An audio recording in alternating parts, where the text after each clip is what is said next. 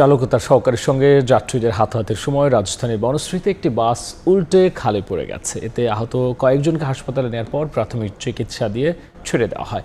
কেবল একজনকে Dhaka medical college হাসপাতালে ভর্তি করা হয়েছে। প্রত্যক্ষদর্শীরা জানিয়েছেন, দুর্ঘটনার শিকার বাসটি আলিফ পরিবহনের। ঘটনার সময় বাসে অন্তত ৩৫ জন যাত্রী ছিলেন।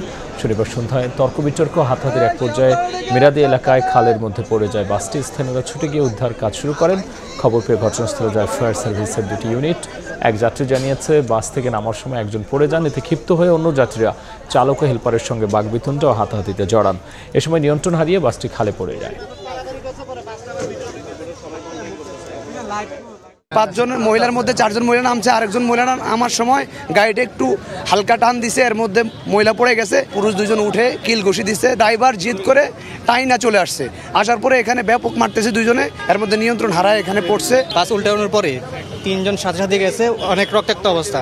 এর মধ্যে একজনের অবস্থা খুব আশঙ্কাজনক। সামনাটা হলো কোমর পর্যন্ত পানি। বাস দিয়ে গুতাইলাম, ছিট উঠাইলাম, আমি কেউ পাইনি। বাম পাশে লেনের গাড়ি কথা কাটাকাটি হওয়ার পর তো এদিকে তো আসার কথা না। যারা ভিতরে ছিল তারা বলছে যে গাড়ির ব্রেক কাজ করে নাই। এখন এই গাড়ি উদ্ধার করার পর ব্রেক চেক করে দেখা যাবে যে আসলে কি ঘটনা ঘটছিল।